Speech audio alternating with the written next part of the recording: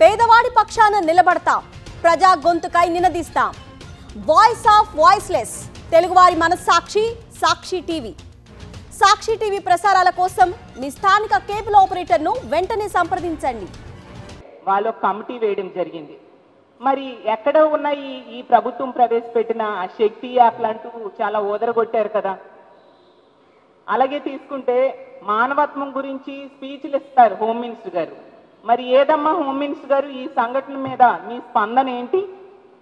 ఈ కూటమి ప్రభుత్వం అధికారంలోకి వచ్చాక అడుగడుగును కూడా మహిళలకి వేధింపులు, మహిళల మీద అఘాయిత్యాలు, హత్యలు, అత్యాచారాలు రోజు రోజుకి పెరిగిపోతూ ఉన్నాయి. ఒక సంఘటనని మించి ఇంకొక సంఘటన. మహిళలు ఇంట్లో ఉన్న రక్షణ లేదు, కాలేజ్కి వెళ్ళినా రక్షణ లేదు, స్కూల్కి వెళ్ళినా రక్షణ లేదు. అలాగే పని ప్రదేశంలో కూడా మహిళలకి ఈ కూటమి ప్రభుత్వంలో రక్షణ లేని పరిస్థితి. వీటన్నిటికీ కారణం ఏంటంటే, ఇన్ని సంఘటనలు జరుగుతూ ఉంటే ప్రభుత్వం అత్యంత నిర్లక్ష్యంగా వ్యవహరించడం వలన ఈ విధంగా రిపీటెడ్గా ఒకదాని మీద ఒకటి సంఘటనలు మనం వినాల్సిన దుస్థితి ఈ రాష్ట్రంలో కనిపిస్తూ ఉంది. ఈ రోజు తీసుకుంటే ఆ A1గా ఉన్న ల్యాబ్ అసిస్టెంట్ కళ్యాణ్ చక్రవర్తి తప్పించుకోవడం జరిగింది. అలాగే తీసుకుంటే ఆ మిగిలిన ల్యాబ్ టెక్నీషియన్స్ని సస్పెండ్ చేయడం జరిగిందంట. సస్పెండ్ ఎవరికి కావాలి? వాళ్ళకి కఠినమైన శిక్షలు పడాలి. ఈ రోజు తీసుకుంటే ఎన్ని సంఘటనలు మనం చూస్తున్నాం ఈ కూటమి ప్రభుత్వం అధికారంలోకి వచ్చాక.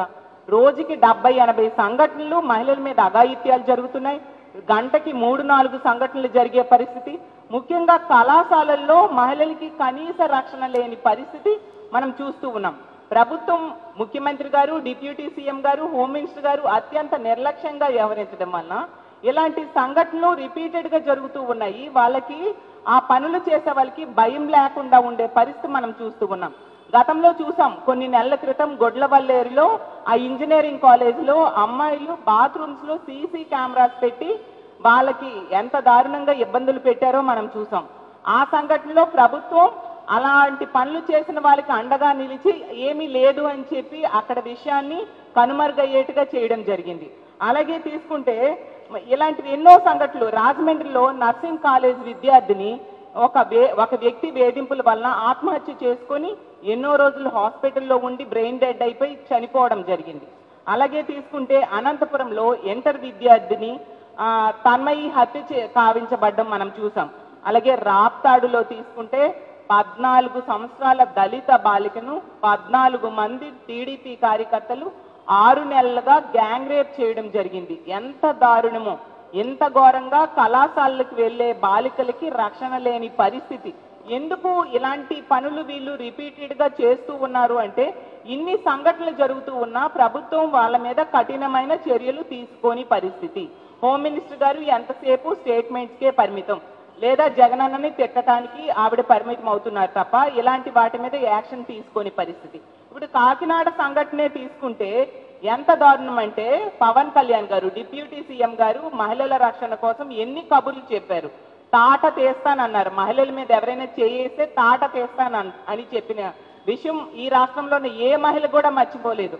పవన్ కళ్యాణ్ గారు, మీకు ఒకటే అడుగుతున్నాను మా వైఎస్ఆర్ కాంగ్రెస్ పార్టీ మహిళా విభాగం తరఫున, అలాగే ఆంధ్రలో ఉన్న మహిళల తరఫున, మీ సొంత జిల్లాలో మీరు మంత్రిగా ప్రాతినిధ్యం వహిస్తున్న మీ సొంత జిల్లాలో 50 మంది మహిళలకు నెల రోజులుగా ఒక దుర్మార్గుడు ఈ విధంగా శరీర భాగాలను ఫోటోలు తీసి వేధిస్తే ఎంతమందికి తాట తీశారు? మీరు ఎక్కడికి వెళ్ళిపోయారు డిప్యూటీ సీఎం గారు అని నేను అడుగుతూ ఉన్నాను.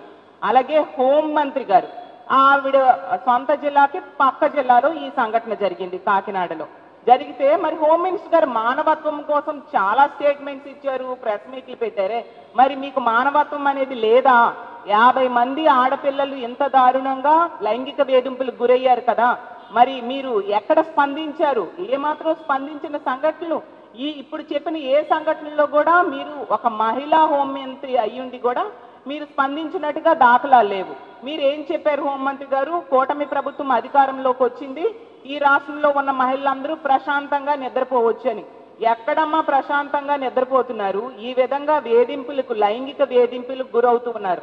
బాత్రూమ్స్లో సీసీ కెమెరాలు పెడుతున్నారు, అలాగే లైంగిక వేధింపులతో వాళ్ళకి హత్యలు చేస్తున్నారు, అత్యాచారాలు చేస్తూ ఉన్నారు. 3 సంవత్సరాల ముక్కు పచ్చలారని చిన్నారుల మీద కూడా అత్యాచారం చేసి హత్యలు చేసిన సంఘటనలు మనం ఎన్ని వింటూ ఉన్నాం. మీరు ఏం చేస్తూ ఉన్నారు? ఏ ఒక్క సంఘటనలో అయినా మీరు వెళ్ళి ఆ కుటుంబానికి ధైర్యం చెప్పడం కానీ, అలాంటి తప్పుడు పనులు చేసిన వాళ్ళకి కఠిన శిక్షలు వేయడం కానీ హోంమంత్రి గారు చేశారా?